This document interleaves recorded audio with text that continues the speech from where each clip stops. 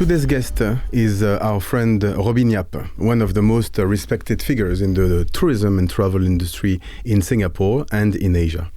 Robin has been at the helm of the Travel Corporation in Asia.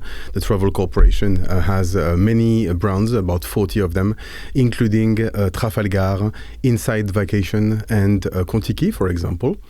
And Robin is also an awardee of many distinctions, such as the gold medal that was granted by the French Ministry of Tourism in 2019, a Tourism Personality of the Year in 2018, and in 2019, Mentor of the Year in Singapore. All distinctions which recognize not only his legacy in the travel and tourism industry, but also the way he has impacted his colleague through a 40-year career and counting, perhaps. Robin is also a relentless philanthropist, and we will talk more about it in the course of the interview. Robin, we wish you a warm welcome to this 12th episode of the Chorus Podcast. Thank you very much, Benoit, for having me today. It's great to be speaking with you without the mask on. What a relief. Robin, I'm going to start from the get-go in an unusual manner. Of course, I should remind everyone that the show is about sustainability, responsibility, and leadership in the travel and tourism and hospitality sector. But I would like to pick your brain about one aspect that very few people know about Singapore in particular. As much as Singapore appears and is today a very wealthy country, it was not always the case. And I have learned in the course of my many years in Singapore, frequenting people of your generation, that possibly this has affected the character of many of these people, growing up in underprivileged areas of Singapore in conditions which were not so happy and easy. How has that affected you, and how has it shaped your character and possibly your career later on? I think people from my generation, the experiences that we went through and the life that we live in the beginning of Singapore, I call it, it hardens us. It also shapes our mind, our motivation, and our wills to survive, to prosper, and to make life better for others. I think those were the few things that was very important. In the early days in Singapore, there wasn't, if there was a rain of 10 minutes, my attap house would be flooded with 6 inches of water, and there's no one that you call to come and clean it up. You have to do it yourself. I think those were the experiences that we had as a kampong boy, we call it, that you depend on yourself. What is a kampong? Kampong is a village in English. Okay. It's a really run-down village and it's in the middle of nowhere. There was no running tap. You have to go find tap water from the public tap to take the water for drinking. And then you have well water. One of my very, very dear friend who was the mayor of Northwest Community Development Council, Dr. Teo Ho Pin, who used to visit me in Jurong, where that was where we grew up. We have to go find drinking water. And when you go and get water from the public tap, you can't go in the daytime because there will be others who will be washing there. And you as a young boy who try to get drinking water, you don't stand a chance. So how do you then survive? You go after midnight. You can't complain to anyone that I can't get tap water. You have to go after midnight when they were all gone and you take tap water back home. So those were the years of growing up. But what was very interesting for me was to see how fast our leaders at that time, the late Mr. Lee Kuan Yew, who has a message that as a small nation, you have to fight your survival on your own. Nobody owes you a living. You are on your own. I think that shaped the thinking. But at the same time, because you are on your own, you have to look after the people around you. The kampong village, the village. It brought up, the ethics. Yeah. That helped the country grow so successfully and so fast. Yeah, because when you have something extra, you don't throw it away, you give it to your neighbors. And that's how it shaped our sharing experience, the charitable mindset. I'm not saying that you give everything to anyone, but whatever you have, you share with people in the village. I think those were very important, that probably lacking in Singapore, because we now live in a HDB flat and you close the door when you go home and you don't know what your neighbors are doing. We know everything about our neighbors, the dogs, when their birthdays, when they are going to die, for example. And if there's a wedding in the village, the wedding banquet was with everyone coming, doing the cooking and presenting the dishes. So those were the early years of development. Then it quickly comes to the real thing about development. And I live in an area called Jurong, where it was the first industrial area of Singapore, the investment coming in. And then you find yourself, while you're schooling, there was no public transport. You have to walk to school every morning, chased by the wild dogs. And a lot of fun along the way because you have wild fruits to pluck. But at the same time, it also cultivates the independence of a young person, that you can't complain to anyone. So you have to survive, you have to learn, you have to accept, and you have to adopt. So those were the years where, schooling was more fun than now. You learn life skills. The life skills is irreplaceable in today's context. Yeah. With the industrialization, I've never seen $1 for at least 10, 15 years of my childhood life, because that $1 is so rare because we're all so poor. My mom raised 4 kids with $12.80 grant from the government, social welfare, because my dad passed away when we were very young. So that $12 to feed 4 person in a house, we got to think of a solution. Nobody's going to teach you. So the solution was we start working in a farm, and the farm will pay us 20 cents for 3 hours of work. And that 20 cents means a lot to us. We contribute to the household expenses. Then when you grow up a little bit, you kind of think, 20 cents is not going to last very long. Is there any way that I can work in a factory? So as young as when I was in secondary 2, I found myself a job in a textile factory. Your stories remind me of what's happening today in many of the Southeast Asian countries, Cambodia, Laos. Don't you find that? Exactly, because you can then empathize with what they are going through. So when you look at ourselves today, one of the problems that we have in our society today, you start comparing. In Singapore, how come we can do this and you can't? Because we've forgotten what we have been through. And with the development, I could rip open a piece of cloth with my hand because I've learned it in the textile that I worked at when I was a boy. So you learn to earn your own keeps. You learn to use that little money that you earn to supplement your family income. And today kids, they don't have to put food on the table.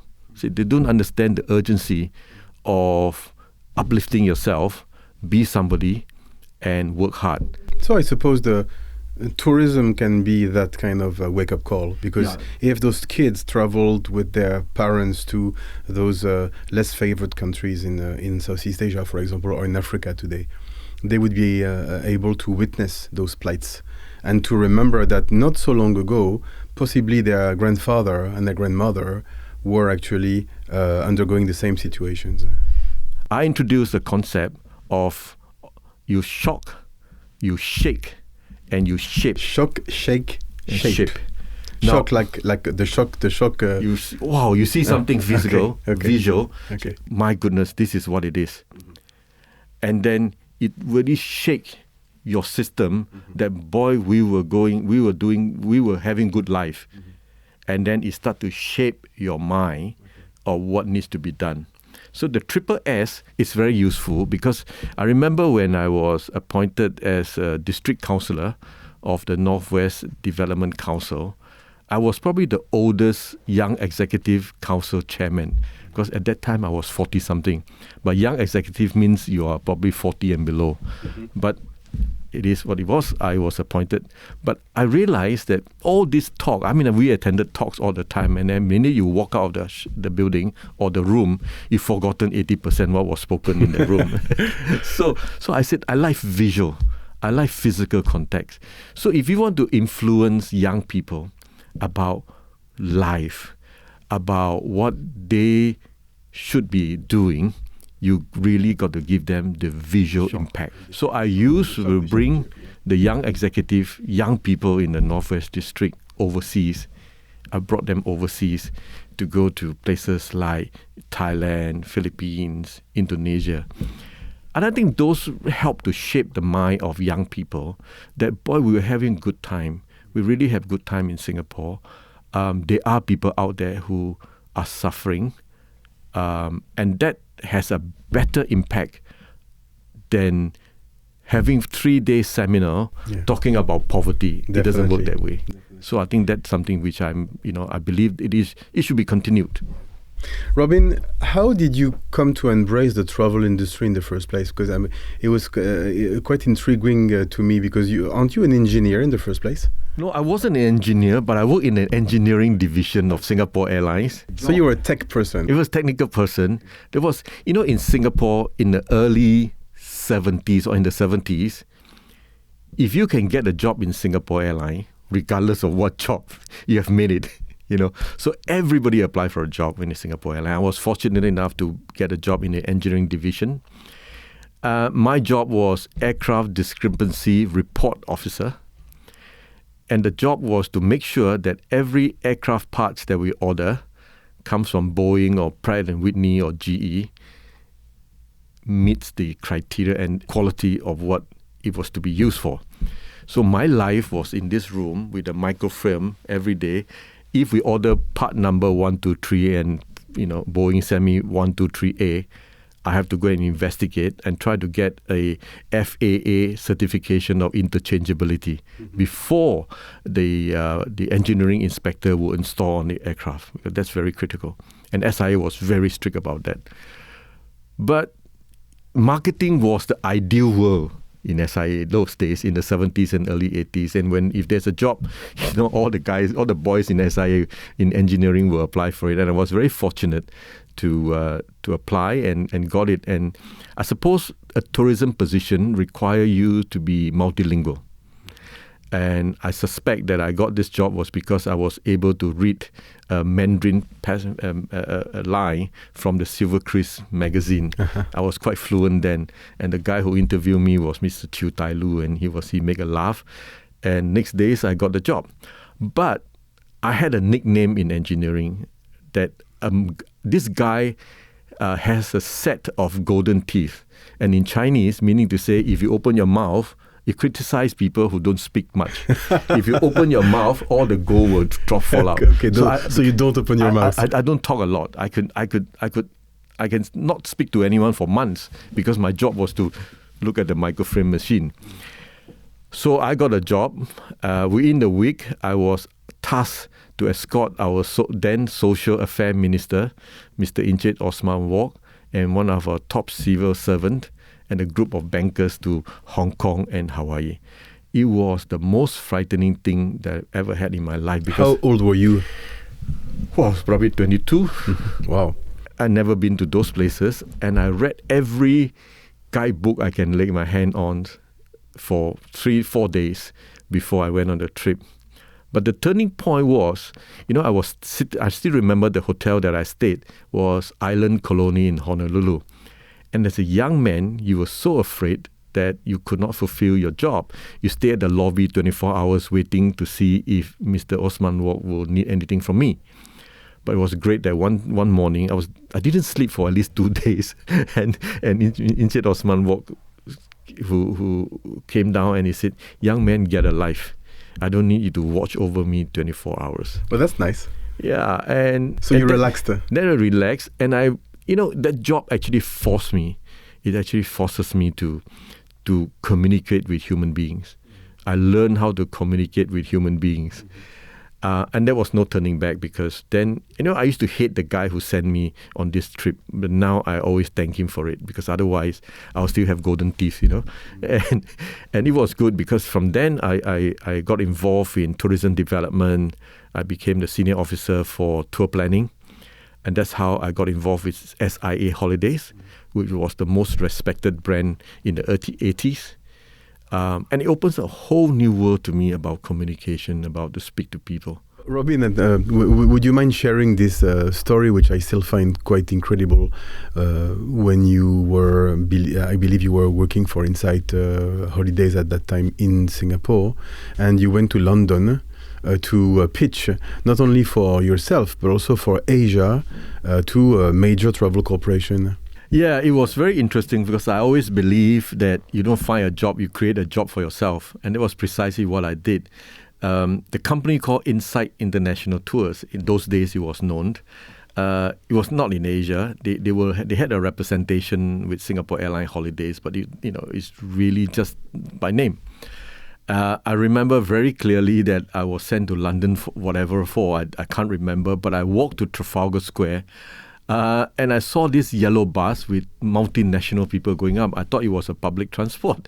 So I went up there to ask the manager, or a tour director then, what is this? Is it a public bus? And he told me, no, this is a tour that people from all over the world arrive and congregate in London. And then we will bring them tour continent Europe. And that was very interesting, because then I said, what is it called? And I remember he told me it was called United Nations on Tour, and I love it. And I said, who is the owner of this company? He says, well, it's Insight International Tours, and Mr. Nick Tash was the founder. So I said, can I see him? He said, you want to see him? I said, yeah, I see, it's 9 o'clock, he should be in. And he was in. So we went up there. Very simply, I said, this is a beautiful tour. I've never been on it before. Why wasn't it selling in Asia? He said, well, we were represented in Asia, but we really didn't make any headway. So I said, now you know me. And to work for Singapore Airlines as a brand is fantastic. People give that attention to a brand that you work for. I always believe in brand. And that card of mine, it was then senior officer or officer tour planning. And I got the attention. So I went back to Singapore. I came back to Singapore. But I didn't just forget it. I didn't forget what conversation was. I start cutting newspapers, paste them on a paper, and start sending by post to Mr. Tash and Mr. Chris Newman. Some sort of report. Yeah, some kind of report, and what's happening in Asia, who is buying what. And then a year later, I got a call to say, we're ready to establish an office in Singapore. Are you interested? Well done. I said, of course I am. I don't waste the poster cost, for nothing. Of course I am. I'm quite keen to develop this new concept of traveling, not just Singaporean from East traveling with West, but to meet people around the world. And he says, how much you need? I said, $100,000 required by STB. And of course the startup cost. And I remember he sent me $250,000, which I have to go and register a name. And because the name was taken, I registered as Interworld Tour Planners. But it was an interesting story how I got it back. But beyond that, it was just something which I always believe that when you travel, keep your eyes open, whether it's business or leisure, because there's something along the way that you could pick up and make it yourself. I always wanted to be my own boss, to be an entrepreneur, but I don't have money. It's nice to have somebody else's money to be your own boss. And that was, I suppose. That was quite good. And also the trust. I mean, I was very fortunate that Mr. Nick Tash and Mr. Chris Newman, trusted this Chinese guy who they probably met first one or twice. But more importantly, they have the vision that the market in Asia, it wasn't just Singapore. It was Asia. Mm-hmm. But you had the vision that something needed to be done, and that you were the solution to a problem that they didn't even know. Yeah, the fact that they were losing opportunities. Yeah, and of course those days, people wasn't comfortable traveling with Caucasians, Europeans, American, but I knew a day will come that you have to break through all these barriers. And I offered myself as the solution. I think there was no turning back after that. So it was good that it allowed us to expand our business in Asia. But it has also allowed us to contact Asia markets and look for representation. So the whole network of distribution allowed us to expand our business in Asia. And until today, Mr. Tolman, who bought over the Insight International Tour in 1994, saw then that the future of growth is Asia. I still remember what he told me in 1994 when we were in Royal Horsguard or Cumberland Hotel. I can't remember now. We had our conference there, and we knew something is coming up. We don't know what, because Insight those days and Trafalgar were competitors, and we were watching each other like a hawk, what they do. But when I saw Mr. Stanley Tolman and the late Mr. Mike Ness walk in, his signature recognition is a red carnation on his jacket. So I said, oh no. Everybody was like, oh no, something is going to happen. And true enough, we went up there, and Insight International Tours was sold to the Travel Corporation in 1994. But with changes, people were all weary about what's going to happen. And to me, my own idea was very clear. I'm the solution to everything. Whoever owns the company, I believe I can be the solution. While some left, some stayed, I stayed. But it was very important that Mr. Stanley Tolman then said, we bought the company and we feel that the future of growth is in Asia. And that gave me tremendous confidence to continue, this job to when the new ownership took over. That's wonderful. Yeah.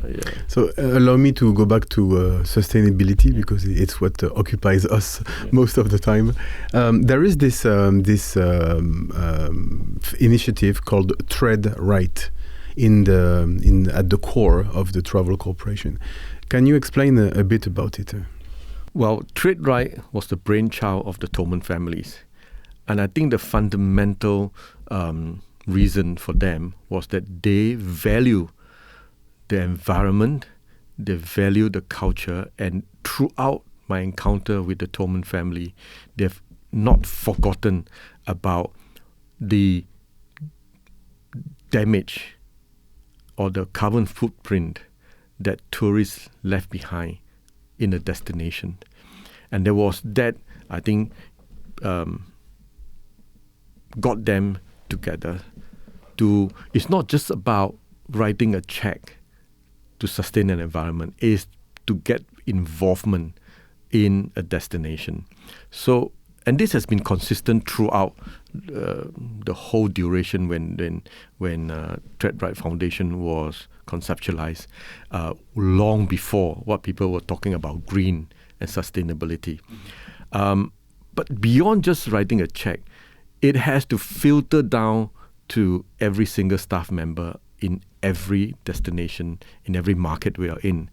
And it's quite common to see that at every conference, the Tolman, certainly Brett and Gavin Tolman and Michael Tolman, will be leading executives from around the world to clean up a destination. A good example is in Singapore. When Gavin came, he doesn't take the day off to go sightseeing. He said, let's go and clean up whatever need to be cleaned up. So we all went to clean up Kallang River. And the message that we got from that experience by kayaking at Kallang River and picking up the trash was that, boy, there's a lot need to be done. We believe it was clean. We believe Singapore is the cleanest city in the world until you pick up those trash at Kallang River. So it's filtered down, but the responsibility is beyond cleaning up. It's being very conscious about the carbon footprint that we left behind. And also because you see your leader or your CEO dirtying his hand. The leaders lead by example. They don't give instruction, go clean the beach. They went out at 5 o'clock in the morning with us. And when they know that they are seriously cleaning, well, some of us were like, hiding, don't know whether should do it or not. But when you see them charging ahead and do it themselves, you know that you got to do it. And you will believe what they tell you. You know, I give you an example. Somebody ever told me that, you know, don't ask me to charge in front. When I look back, I'm the only one here. And that's dangerous. But when the tollman asks us to charge in front, charge ahead, you know the whole team will charge. He will not turn back and see nobody. Because the message was very clear. They lead by example. So I think those were the very important lessons that we take in life. Do you think it impacted the whole 15,000 yes. people in the company? Definitely, because we saw what our bosses did. We saw what they do. They roll up their sleeve. But beyond just environment, there's something that I'm always very appreciative about, leaving behind for the future generation to enjoy the destination. And it's so important, and I can't embrace it enough and share it with people around the world that you go to a destination, you enjoy, you take photo, you Instagram it. But what about future generation if you destroy it, if you damage the site? And it is with that, I think the TradeRight Foundation has been very successful in rhinoceros, lion conservation. I remember when in Philippines, when hurricane or typhoon hit Tacloban, the first thing Mr. Brett Tolman did was, Robin, go fix the basic needs. And we went there to build schools. It is those actions that convince me that the company is the right one for anybody to work for. They don't care about just profit and turnover. They care about the people that they serve, because they believe that if we don't keep the destination and the culture alive, we won't have a business. Yeah, I saw this hashtag Make Travel Matter. Am I correct? Yes. Explain a bit about that. It is very important because, you know, we as a consumer, we travel. We have a great time, but does it matter to the destination? Does it matter to people's life? Most of us will not think of that way. But what they try to instill, that belief in people, is that when you travel, you changes people's life through your spending. You improve people's life with your visitation, but you don't take away their life by damaging the environment, the places that we go. So it is that important. We want people to be responsible at the end of the day. Responsible tourism is not just about paying the price and have a holiday. We want people to connect and reconnect.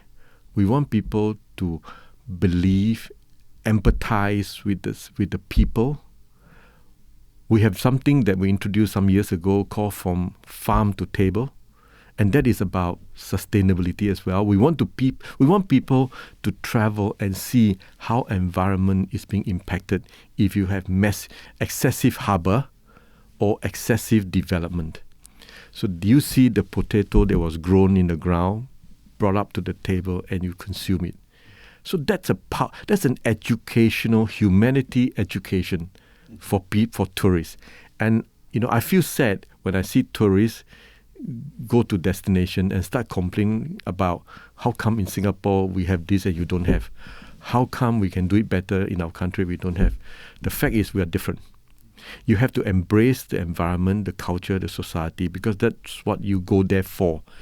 If you want to go back for a Singapore life, stay in Singapore.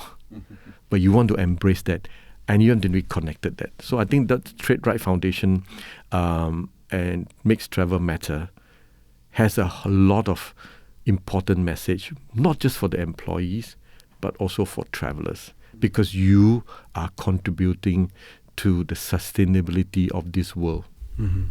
Well, surely the pandemic, the COVID-19 pandemic, once again, and probably more than any other crises before, has shown that in a mean manner this time, that the travel industry is very important for the world, not only for the economy but also for the people, precisely. And I think it was don't you think it was an opportunity for us to realize that it was multidimensional, that it was not only about us traveling, it was also about all the people who were receiving us as travelers and who were, doing their jobs and making an experience remarkable and memorable for us. And all these things were stopped for two years. And I think we were able to see how impactful tourism can be all around the world for the economy and for the people. I think maybe it's a silver lining. What do you think? I think it's a very good lesson. It's a difficult and hard and brutal lesson. Nevertheless, it's a good lesson. And I hope people take this pandemic lesson seriously, understand the impact of people's life, understand what tourism means to people's life, and we or anyone else as an operator, what is the responsibility of human life? Mm-hmm. Pandemic not only became a shocker for everyone, livelihood, business, but it is also providing an opportunity for companies to relook at what it means for them and the message they can get across. I'll give you a good example. When in the middle of all, we used to have a travel director that bring people around Europe, Australia, USA. Is that enough? Definitely not with the pandemic. How do you expect a tour director or tour guide to understand the health aspect of tourism, the wellness of your travelers? So it creates a whole environment of sit back and say, instead of satisfying their needs for a tourist site, we have to have a different satisfaction, the wellness of the traveler. Mm-hmm. We used to care about the destination, about the culture. Now you have to add the dimension of how do you care for the wellness of the traveler. And it's also that opportunity, I believe, during my time, was to look at how do you convince people that we're not just interested in taking your money and showing the places, we are concerned about your health. And the Travel Corporation introduced called Wellness Director. Mm-hmm. So that put people at ease that when I'm traveling with the Travel Corporation brands, I'm just not going to be led by an individual that will show me the places. There is a wellness director on board that will look after and care for you should you become fortunate enough to catch the virus. Or I think the future requirement of a wellness director is very important. So it's a holistic approach. It's a holistic approach. It taught us a lot of lessons. It taught us the need for personal hygiene. We always take all this for granted. Mm-hmm. We always take a lot of things for granted, like wearing a mask, for example. But I wrote an article in my own Facebook. Is that if companies and individual who fail, who miss this opportunity to uplift the image of a travel agent, all the suffering in pandemic will be in vain. Mm-hmm. Absolutely, yeah. And I think throughout the period, the Travel Corporation has spent so much time and hours in making sure that when we come out of the pandemic, we're able to not just look after the culture, the environment, we look after the wellness of people, that we take them. One of the things that we probably took for granted is that there would always be talents in the travel industry because it was always a sought-after industry, but the 2 last years have shown otherwise. Many countries of the world are struggling now to regain, to reconquer, we should say, their workforce and to hire new talents. What is your take on that? I think it's an opportunity. I always look at it more on the opportunistic side than what is a setback. Yes, in every stage of our life, in every part of the business that we are in, you can't do away with setback. But with every setback, there's always opportunity. And I say this because there were people in this new environment, we need new talent. And there are two types. One, during the pandemic times, the people in the travel industry who took the initiative to upgrade themselves in preparation of a return to the workforce, these are the people that have gone to do digital marketing program. I encourage all of them. I went on a Facebook marketing program myself to learn how to market myself, self-branding, how to sell my product, my bicycle parts that I don't need on the Facebook, how to maximize those opportunities. Those are the people that will be wanted by the reopening of the travel business. That's one. Second, in the past, we looked for people with tour guiding experience, reservation experience, physical marketing experience. But today, you look at talent outside the travel industry. I always tell the travel industry, people have stole our talent. Mm-hmm. We trained them and it was stolen by IT, stolen by elsewhere. Now, with the demand of tourism is back, start stealing some talent back. Mm-hmm. Now, the talents that we need today are obviously not the reservation or the tour. I mean, you need tour guide, but you need people with digital mindset. But I must emphasize, digital cannot replace the human touch. Mm-hmm. Nothing that can replace the virtual world in the travel industry. You need the high touch add with high tech. So those were the ones that I feel that those who have left the travel industry and have upskilled themselves can now return and provide a better solution for the recovery.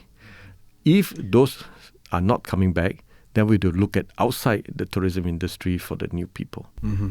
But there's also an aspect from the part of the travel agencies themselves or the travel industry altogether, because I mean you're talking about the employee part, but is it sure that the travel industry is attractive enough these days? I mean, because you once were a travel agent, for example, and all of a sudden you have no job anymore, and you lose your job, and you're in China or Indonesia, countries which have not subsidized jobs as much as in Singapore, for example, or in Europe.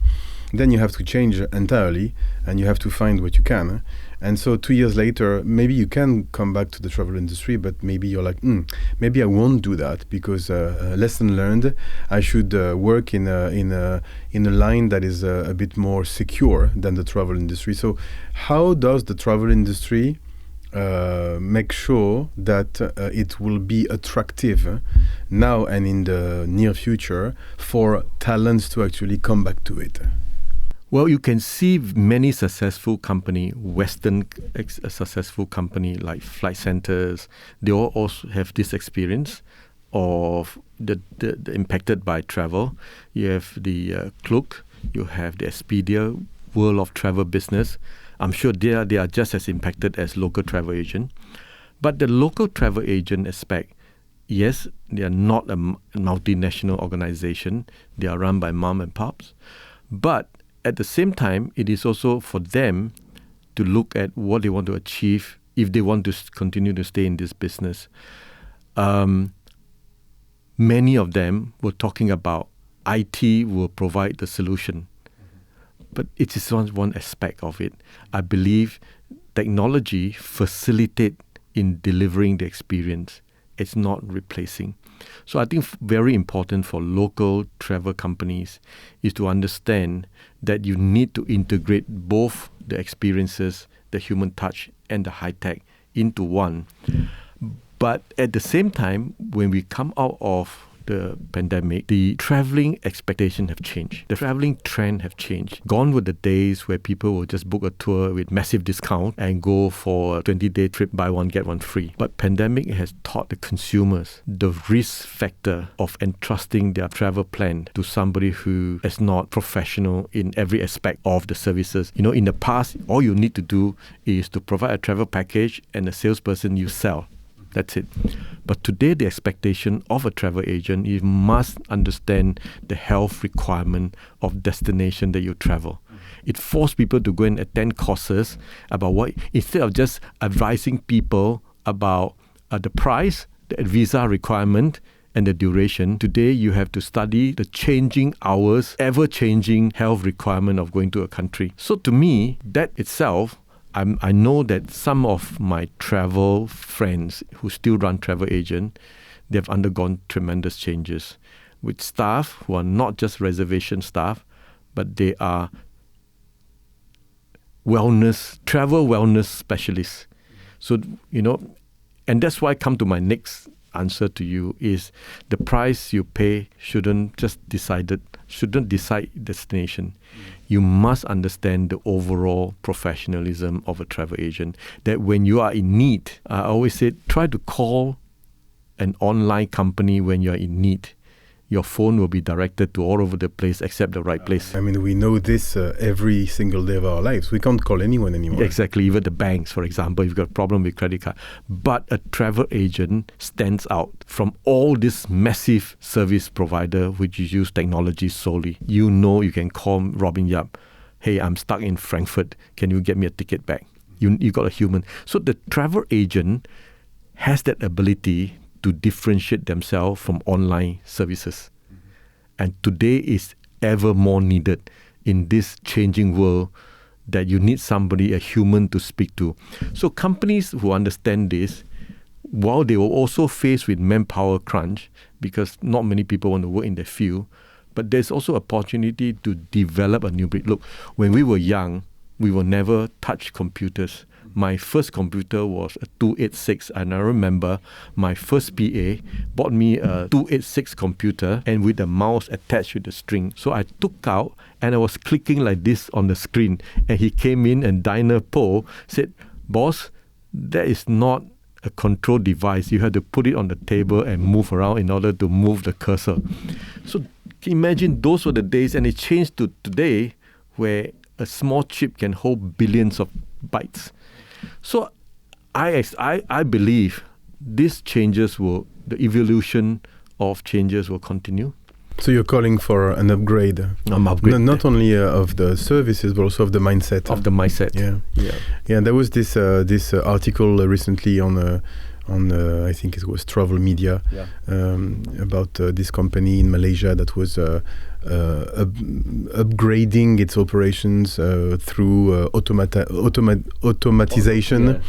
And I remember that there were discussions about whether or not that was the solution.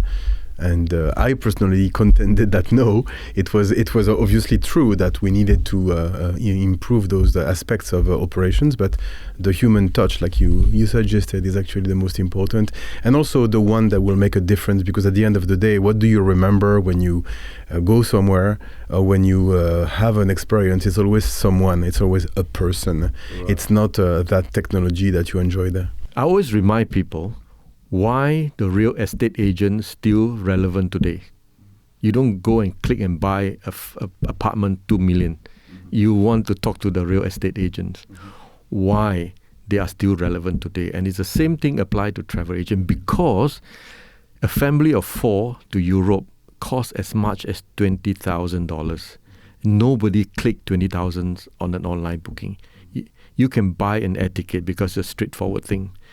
But if you buy a tour to Europe or USA, whatever, you are clicking a family of 4, 20,000, and I don't think many people will just click and buy.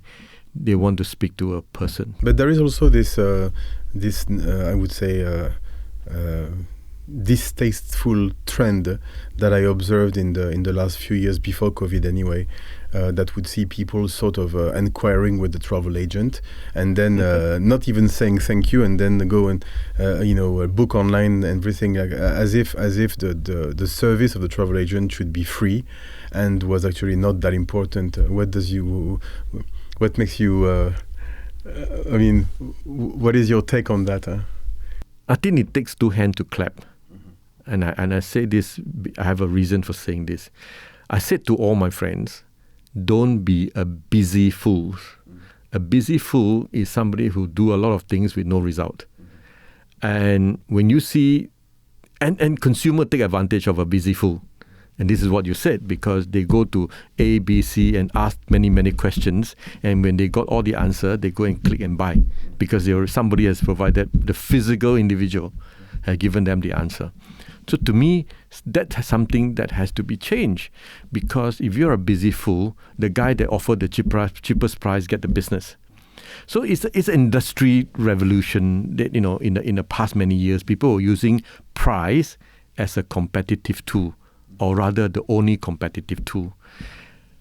But at the same time, when you go to a surgeon, you don't ask the surgeon how much. You mean the doctor? The doctor. Mm-hmm. You ask, can I be cured? Mm-hmm. And even if you're not cured, you don't go back and ask for refund, because that's understandable. You still have to pay. You still have to pay. So same thing, a travel consultant knowledge is no less than a specialized doctor who may be a heart doctor. He doesn't know anything about anyone else, anywhere else, except the heart. So if you want to fix the heart, you go to the heart doctor. You go kidney, you go to the kidney doctor. You can't ask them to fix everything. So the whole idea of a travel agent, I always tell my friends in the travel trade, you guys are amazing. You have to know what will be the weather like in New York next days when you're not physically there. You have to do a lot more research about everything you need to know about the place. Why are you not charging a fee? Why are you not charging a fee? Because every hour you spend on those research is time, it's money. Now, it's not an easy process. But the education process must start early, because you can't, being a consumer, you know that, okay, if you charge me $200, I go next door.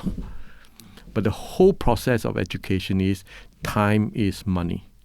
Travel agent must know that the value of a travel agent is the time they have done the research for travel agent. Yeah, there is this famous quote, I think it's Steve Jobs, who said, yes. It took me 30 years to be able to accomplish this work in 30 minutes. Yes. So you're paying for the 30 years, not for the 30 minutes. Exactly. Why smart travel agents who do not understand this? We have done all the jobs so that you have a good time.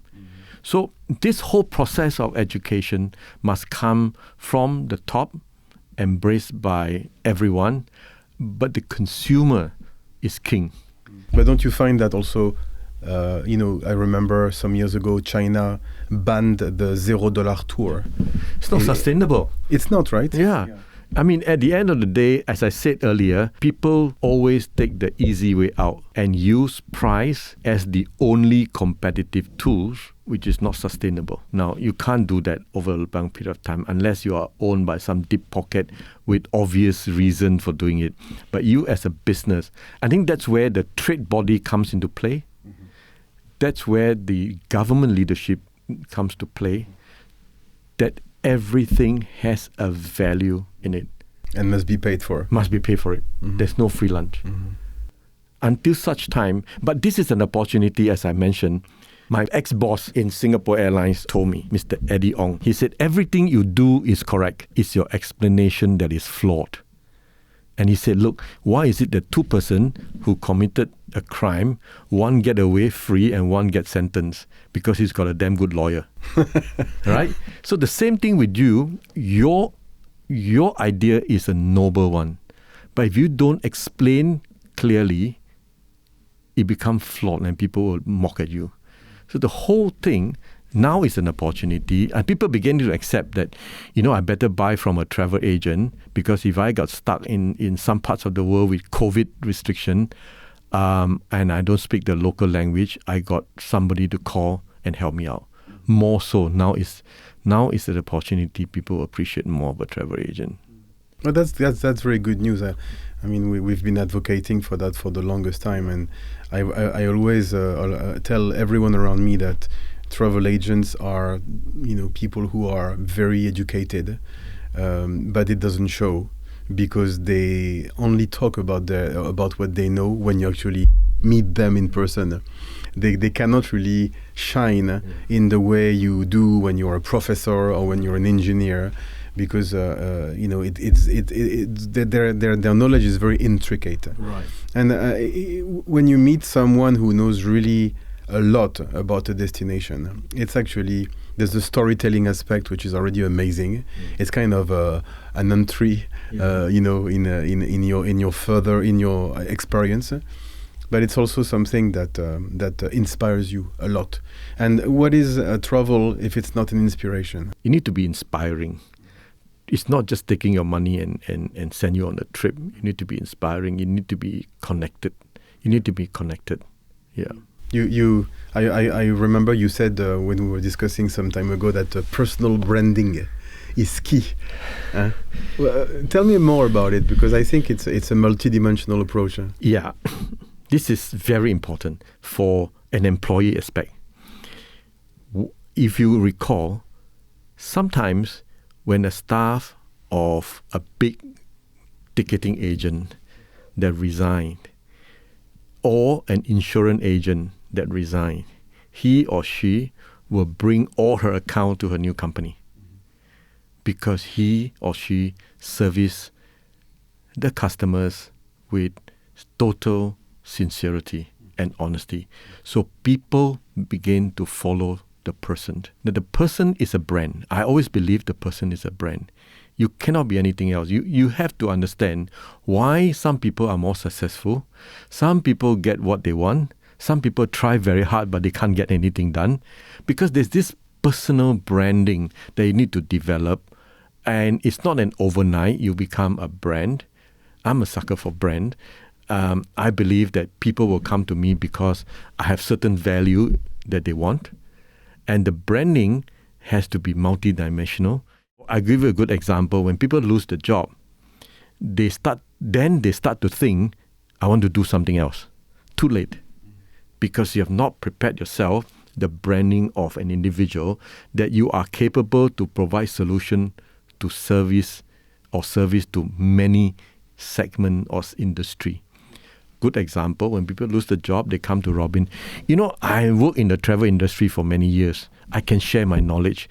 Can you introduce me to give lecture in polytechnics? I said, that's a good idea.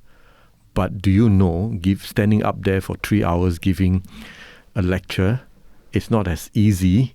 The course, the material they have to prepare and to string the topic in a way that will inspire the students to listen to you for 3 hours is not as easy as ABC.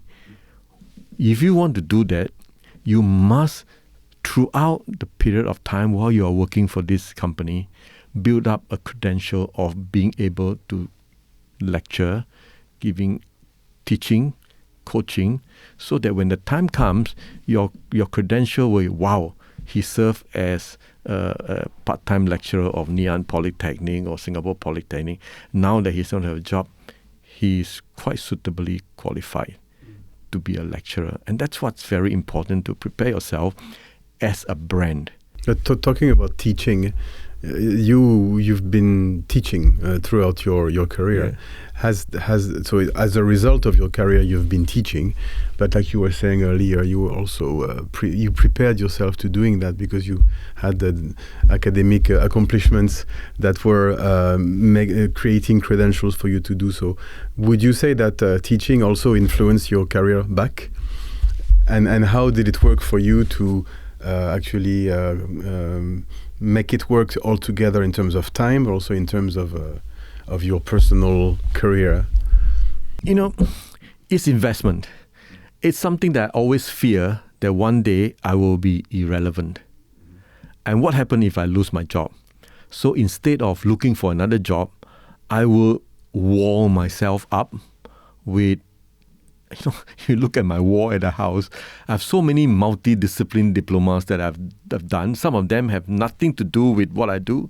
I remember in 90s or 80s when the cable car snapped between Singapore and Sentosa. Now, that taught me a lesson. I love watching news because you start to think, how can the authority present a positive image of an incident or an accident? It is the PR that make the difference. So I was thinking, I want to learn how to make something so bad looks good.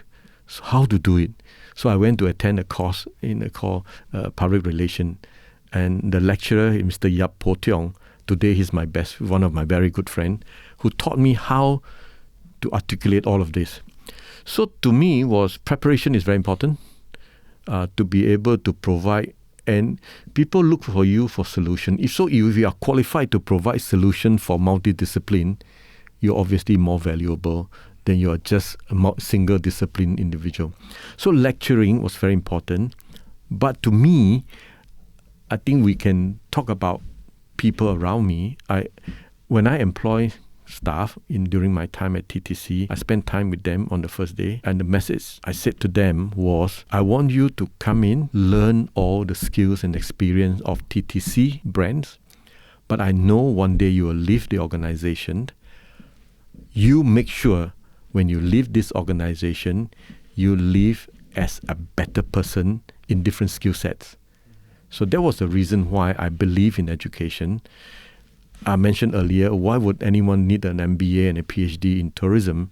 Was because I want to make sure that I'm multidisciplined. But the most important lesson I learned from education is the more you educate yourself, the more confident you become, and the more difficult for you to leave the job, because you are confident. You are not afraid that you will lose this job because a new guy being parachuted in, and you'll lose the job because you know that you have armed yourself with different arms, different skills. So those were the very important message to educate yourself and be prepared for the worst. Robin, one thing that I learned from a mutual friend, Miss Cheryl Lim, hello Cheryl, is that back in the years you were actually encouraging the staff members at the Travel Corporation to go out and engage themselves in local community centers, very far away from travel and tourism. I mean, can you explain what was the vision behind that? I like to say, and I always say it, that tourism is connecting human beings.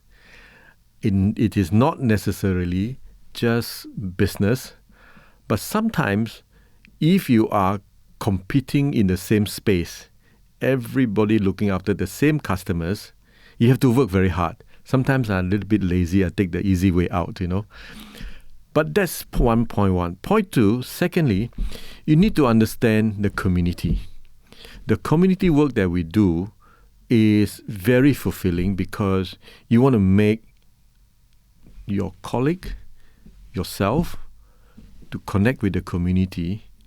And I have to attribute this back to the Thoman families.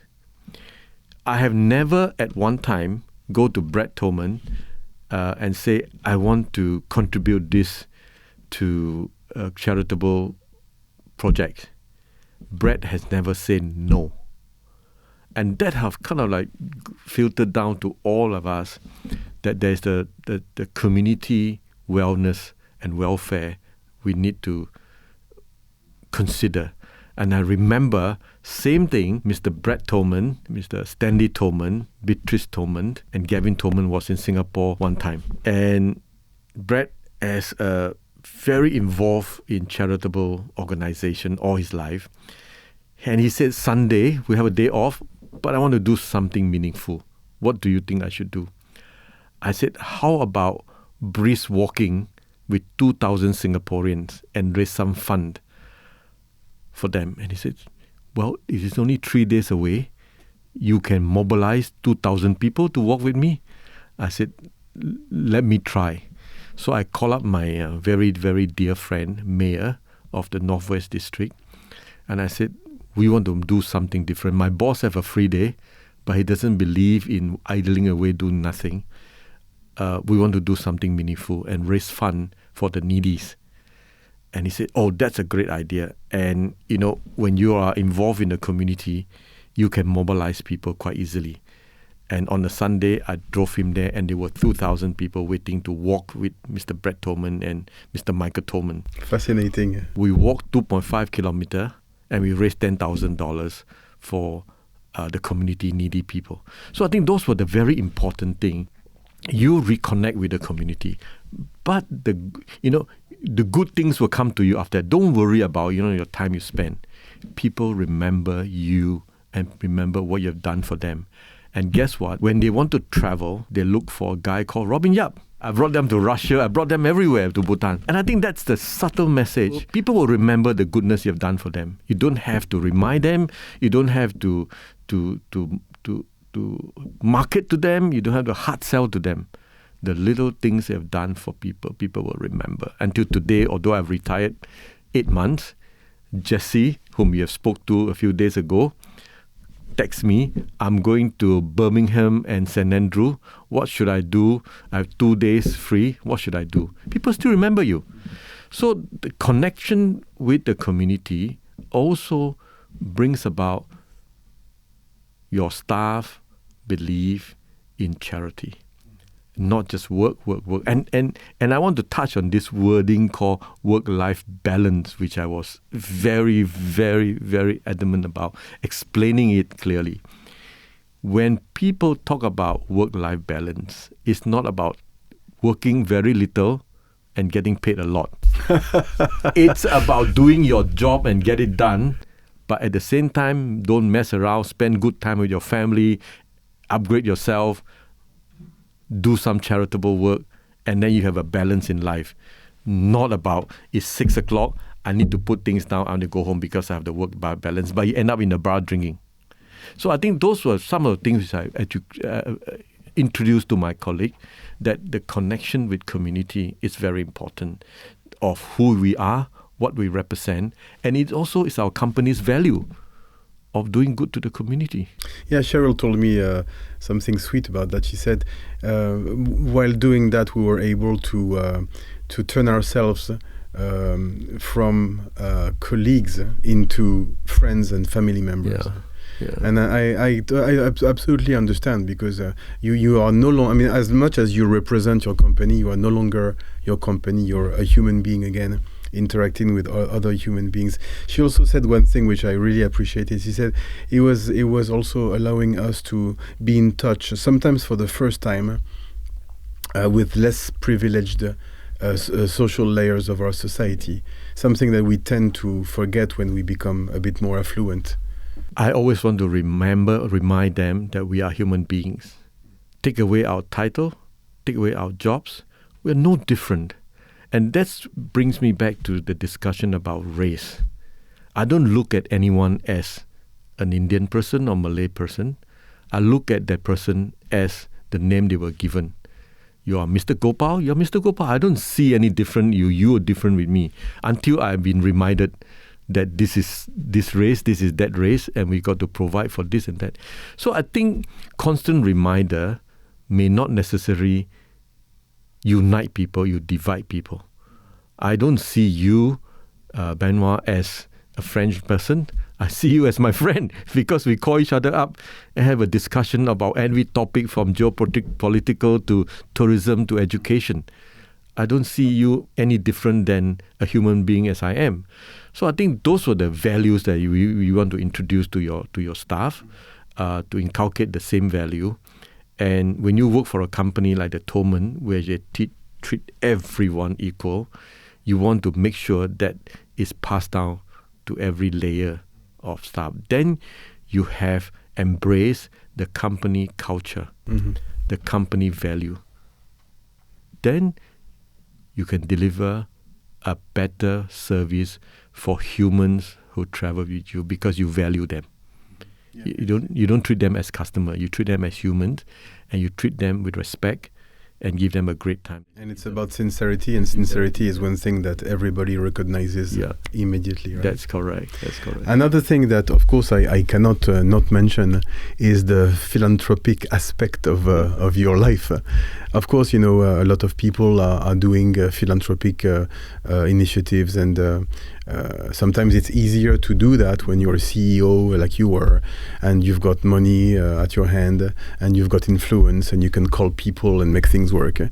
But I was told, because those aspects I don't know much about, I was told by Jessie that you mentioned earlier, so we say hello to Jessie Preux at this moment. She said to me, You know, he would go for a trip in Bhutan and support monks. Yeah. And I was like, monks, you know, what does it have to do with travel? You know, so I was intrigued when she told me that story, because you might think that you might actually support young people to become receptionists or cooks in a hotel, but no, monks. So tell me about the monks. Is it for your redemption? Not that I've done a lot of bad things, but you know, for all you know, it might help. You know, but having said that, two things. One is, don't equate everything to money. Don't equate everything to the business. You want to make sure that I equate what I can make a difference to human beings. May it be tourism or it be in monk bodies or what. It's chanced upon one time in 2019 when I took the first trip to Bhutan, I realized how fortunate we are. We complain about all the things that we don't have. We actually have them. But when you visit those places, they literally do not have like water, like electricity, like 3 meals. You just feel that you need to do something, whether they're monks or it's not just a monk. I have initiated a program in Bhutan, in a village called Chanjiji, is to empower women to be self-sustainable. And you can't just give them money. I mean, at the end of it, giving must be sustainable. Chinese have a saying that you don't give a person a fish. You teach them how to fish, then they can sustain themselves. If you give them a fish, they finish them. So I went on that trip. I met Mr. Ugan, and he was very keen about how, women have no jobs, women have no position in the society, and I was shocked to learn, supposed to be the happiest country in the world, there were divorce cases going up because they were financially challenged. So I went to the village and I said, well, I can't do that. I can give you $1,000, but that's not going to make any difference. What is good about you guys? What can you do? And the lady told me, we can weave. We can make scarf. So I said, wow, that's interesting, because that's a skill that I don't have. But what I can do is help you to market it.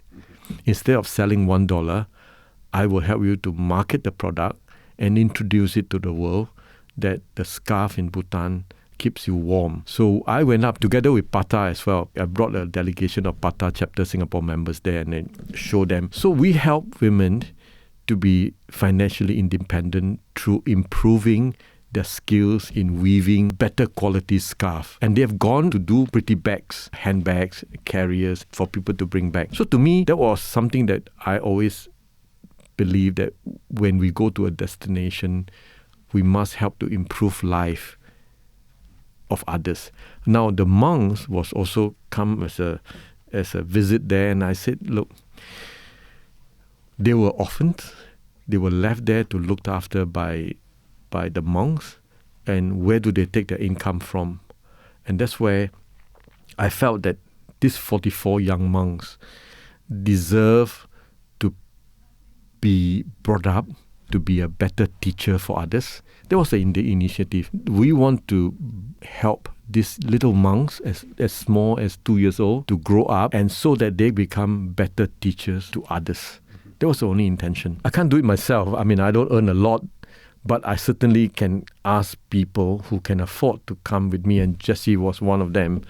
But again, charity, there's so many out there. We call it raising fund fatigue. Everybody is asking for money for some charitable organizations. How much can you give every day? So I said, well, if you are going to Bhutan, let me bring you and show you what the little money that you give can have such a big impact to their life, to the future generations. So I brought her there, interact with the young monks, and show that your $200, it means a lot to them, to their life. So that's one. Secondly, it also brings awareness to people who may have forgotten about what charity is all about and the purpose of it. People give money very freely without knowing the purpose. So we also bring back the purpose to them. And at the end of it, we also introduce, you raise fund for people by asking your friends to donate, right? So easy. Your friends sometimes obligated to give you $100 because you ask. But that's not what I want. I want to work for it. And that's where Cheryl came in. I hate cycling because I don't like to go outdoor. And she said, Robin, why don't we do something different? How about cycle for fun? FUND. I said, that's a good idea. What should we do it? So we got the airline, we got insurance companies, we got travel agent, we got a lot of people to come in, and Suin was one of them who cycled with us. So we said, instead of asking you to give me $100, we will cycle 20 kilometers. And you sponsor me. Every kilometer, you give me $1 or $10 or $100. The outcome of it is I have the fun, I have physical wellness, I bring different trade together to do common good, and the money goes to the needy. So if you think about this funding and charitable stuff that you want to do, think sustainable, think long term, and think about what this money do to people. Can they improve their life in this generation and future generation? And that's why I'm very fond of Bhutan, because that's where they need a lot of help in that aspect. But you need to be physically involved. And hopefully, by doing all this good, I have a better life in next life if I have one. So I'd like to finish with a nice thing that I heard you say. You said to me once, just a word can make a difference in people's life. A bit like the butterfly effect. Can you comment on that? It is very important. You can, when a person is down, you can press him down further, but you can uplift him with a motivating factor. And to me, that was very important in my life. I had cancer. I have all sort of cancer in me. People with this kind of cancer would have been dead long ago. But to me, a word of encouragement is very important. A simple word, like, for example, you can do it. And I will quote this, and I'll quote this. It's very touching to me and it's very personal to me. And why I'm so loyal to the Travel Corporation and the Thoman family is because when I had cancer, and the first thing I told Brad and I told Mr. Thoman, instead of saying to me, go and get it fixed, go and get it cured, we wish you all the best, Mr. Stanley Thoman, through Brad Thoman, told me, Robin, if you ever need a kidney, tell us, we'll find one for you. Hey, that is worth paying me $1 million bonus, okay? Every time I talk about that, I tear, because it is that word that kept me alive. Because there's these people who care about you and not saying, well, don't worry about the operation cost, don't worry about hospital bill, but we will find you a kidney. Although, thankfully, I don't need one. But there was something that is so important. That word kept me going and kept me loyal. I mean, this is very smart of them. You will not do anything against the Thoman for just one phrase he said, don't worry, we'll find you a kidney. Simple as that. And I think to people, a word of encouragement is very important. It can make a difference of people's life. I have many stories to tell. People who came to me and say, I'm at this stage of my life, I don't know what to do. I said, how about re-educating yourself? And one of them, I will say his name, Juliana Gunn, who came to me and said, I've been 25 years in the travel industry. What do I do? I said, how about educating yourself? And she said, yeah, I've never read a book for 25 years. I said, what makes you think you can't read a book? And she signed on the Southern Cross University program. I didn't pass her for the first module. But the most satisfying thing, she came back to me one day and said, Robin, now I can tell my daughter, if mom can do it, so can you. And to me, it's not about her re-educating herself. It's about her being able to be a role model to her daughter. And the second time she came to me, my daughter had to do a marketing project. And I took up my file that you gave us and said, let mom work with you.